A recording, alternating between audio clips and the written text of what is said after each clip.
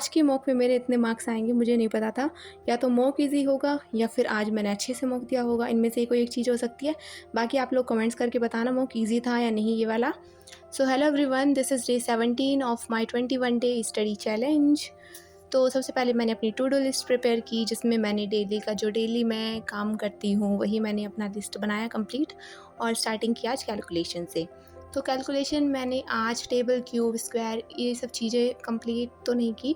मैंने स्टार्टिंग की पहले मल्टीप्लिकेशन एंड एडिशन से, उसके बाद मैंने कुछ स्क्वायर्स एंड क्यूब भी लिख कर देखे थे, और टेबल को मैंने वैसे ही पढ़ लिया था, मतलब उनको लिखकर मैंने नहीं देखा था।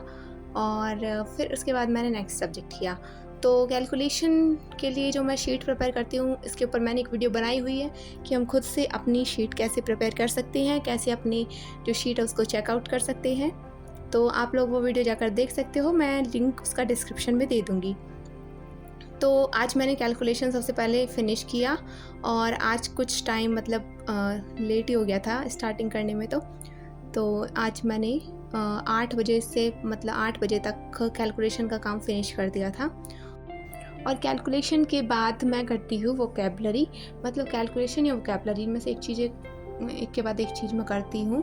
और वोकैबुलरी में मेरे अभी साइनो एंटो चल रहे हैं, और मैं ब्लैक बुक से वोकैबुलरी कंप्लीट कर रही हूँ, जिसमें मेरे 700 के अप्रॉक्सीमेटली साइनो एंटो हो चुके हैं कंप्लीट। और उसके बाद आज मुझे उसके नेक्स्ट 50 करने हैं। और स्क्वायर मैं अभी कर रही हूँ, यहाँ पर आप लोग देख सकते हो। इसमें कुछ स्क्वायर ऐसे होते हैं जिनमें मैं अटक जाती हूँ, तो उनको मैं लिख के मतलब मल्टीप्लाई करके सॉल्व कर लेती हूँ। आप लोग मुझे कमेंट्स में बताना कि 37 का स्क्वायर कितना होता है। और यहाँ पे मैंने स्टार्ट कर दी अपनी वोकैबुलरी, और 701 से 750 तक मुझे आज साइनो एंटो कंप्लीट करने हैं। और मैं हैंड टू हैंड आज हाईलाइट भी करके चल रही हूँ, क्योंकि कुछ वर्ड ऐसे आ रहे हैं जो मैंने कभी नहीं सुने हैं। आप जब याद करते होंगे तो आपके भी ऐसे वर्ड, मतलब आप भी ऐसे वर्ड ज़रूर देखते होंगे, तो मैं उनको हाईलाइट कर लेती हूँ, ताकि जब मैं दोबारा रिवाइज़ करूँ, वीकली रिवीजन जब मैं करती हूँ, तो उन पर मेरी नज़र ज़्यादा पड़े, मतलब वो ज़्यादा अच्छे से हाईलाइट होकर मुझे दिखे, और मैं उनको अच्छे से याद कर पाऊँ और ध्यान रह पाए वो मुझे, इसलिए मैं हाईलाइट कर रही हूँ। और उसके बाद मैंने वोकैबुलरी कंप्लीट की। वोकैबुलरी के बाद मैंने मतलब वोकैब में ही मैंने ईडियम्स और ओडब्ल्यूएस के 1 पेज भी कंप्लीट किए, क्योंकि अगर इनको नहीं करती हूँ फिर रह जाते हैं। फिर नेक्स्ट डे सोचती हूँ कि 2-2 पेज कर लूँगी, 2-2 पेज के चक्कर में फिर मेरा डबल टाइम वेस्ट हो जाता है।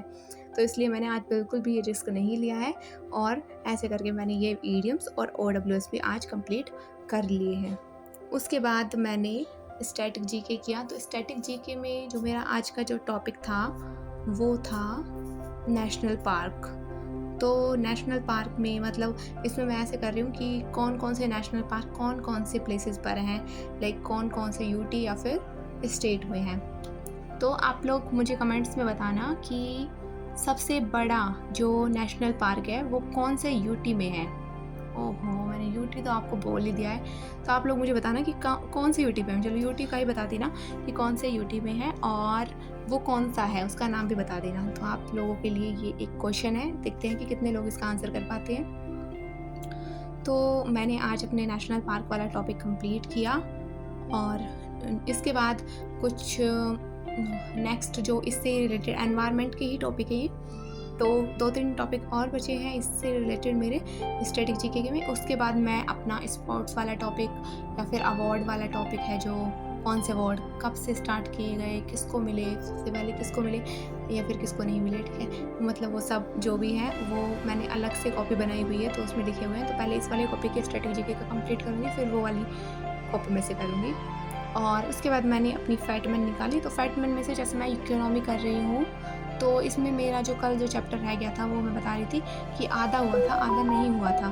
तो उसको पहले तो वो आधा कंप्लीट करना है, क्योंकि वो बहुत ही बड़ा चैप्टर था, आधा भी बहुत बड़ा चैप्टर था बैंक वाला। फिर उसके बाद गरीबी, और उसके बाद है पंचवर्षीय योजनाएँ। तो पंचवर्षीय योजनाएँ तो मुझे पहले से ही याद है, बस मुझे जो गरीबी वाला टॉपिक है वो वाला पार्ट है वो करना है, और जो कल रह गया था वो करना है। तो ऐसे करके मैंने आज ये दोनों पार्ट कंप्लीट कर लिए हैं, और कल मैं इनका इनका जो या तो पीवाईक्यू देखूँगी या फिर इसको कंप्लीट रिवीजन करूँगी। और मतलब अब संडे और वो सैटरडे और फ्राइडे 2 दिन बचे हैं इस वीक में, तो इस वीक के अंदर मुझे अपनी इकोनॉमी कंप्लीट करनी है। उसके साथ मुझे आर्टिकल भी कंप्लीट करने हैं, क्योंकि हर मॉक में मुझे कोई ना कोई आर्टिकल ज़रूर मिल रहा है और कभी ना कभी तो मैं उसको गलत ही कर दे रही हूँ, तो इसलिए वो भी मुझे हाथ के हाथ याद करने हैं। कुछ तो मैंने करने स्टार्ट कर दिए हैं और कुछ मैं अब 2 दिन में कंप्लीट करूँगी। और उसके बाद मैंने अपना ग्रामर का पार्ट किया, नेक्स्ट रूल्स किए, जिसमें मैंने आज 40 तक कंप्लीट कर दिए हैं। और बहुत छोटे-छोटे रूल थे, इसलिए बहुत जल्दी ही हो गए थे। और इनमें से कुछ तो उन्हीं चैप्टर्स में से था जो मैंने पहले जो चैप्टर्स किए हैं उनमें से ही थे बहुत सारे रूल्स, तो ऐसा करके मेरा आज ये कंप्लीट हो गया। ये समुद्र मंथन बैच का मैंने लिखा हुआ है, यूट्यूब पे वीडियो थी तो उसमें से किया था, कुछ वीडियो रह भी गई है।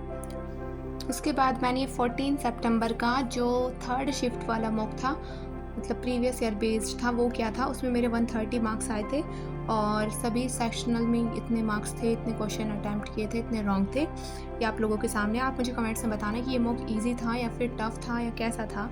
और मैंने जीएस के कुछ क्वेश्चंस पहले अलग से लिख लिए थे कि मैं इनको गैस कर रही हूँ, लेकिन मैंने उनको टिक नहीं किया था। उनमें से मेरे 4 क्वेश्चन बिल्कुल करेक्ट थे, लेकिन मैंने वो रिस्क नहीं लिया उनको टिक करने का, क्योंकि फिर नेगेटिव में चले जाते अगर गलत हो जाती, तो इसलिए उनको स्किप करना भी ज़रूरी होता है कई बार। उसके बाद मैथ्स में मेरे को रेशन प्रपोर्शन वाला चैप्टर आज कंप्लीट करना है और फिर कल हम नेक्स्ट टॉपिक स्टार्ट करेंगे मैथ में। और आज के लिए मैंने इतना ही किया। उसके बाद देखते हैं आज मेरा क्या क्या कंप्लीट हो पाया या नहीं। वोकैब हो गया, कैलकुलेशन हो गया, मैथ्स हो गया, जीएस हो गया, एंड जीएस में इकोनॉमिक्स में मेरे PYQ रह रहे हैं, इसलिए मैं यहाँ पर मार्क कर रही हूँ, तो उनको करना ज़रूरी है क्योंकि बहुत ज़्यादा इंपॉर्टेंट है प्रीवियस ईयर के करना। और बाकी सारी चीज़ें मेरे कंप्लीट हो गया है। आज एडिटोरियल वीडियो आई ही नहीं थी, इसलिए वो मैंने नहीं देखी थी। अगर आप मेरे चैनल पर न्यू हैं तो प्लीज़ चैनल को सब्सक्राइब कर लेना एंड बेल आइकन वाला मत भूलना। और हाँ, वीडियो को लाइक कर देना एंड थैंक्स फॉर वॉचिंग।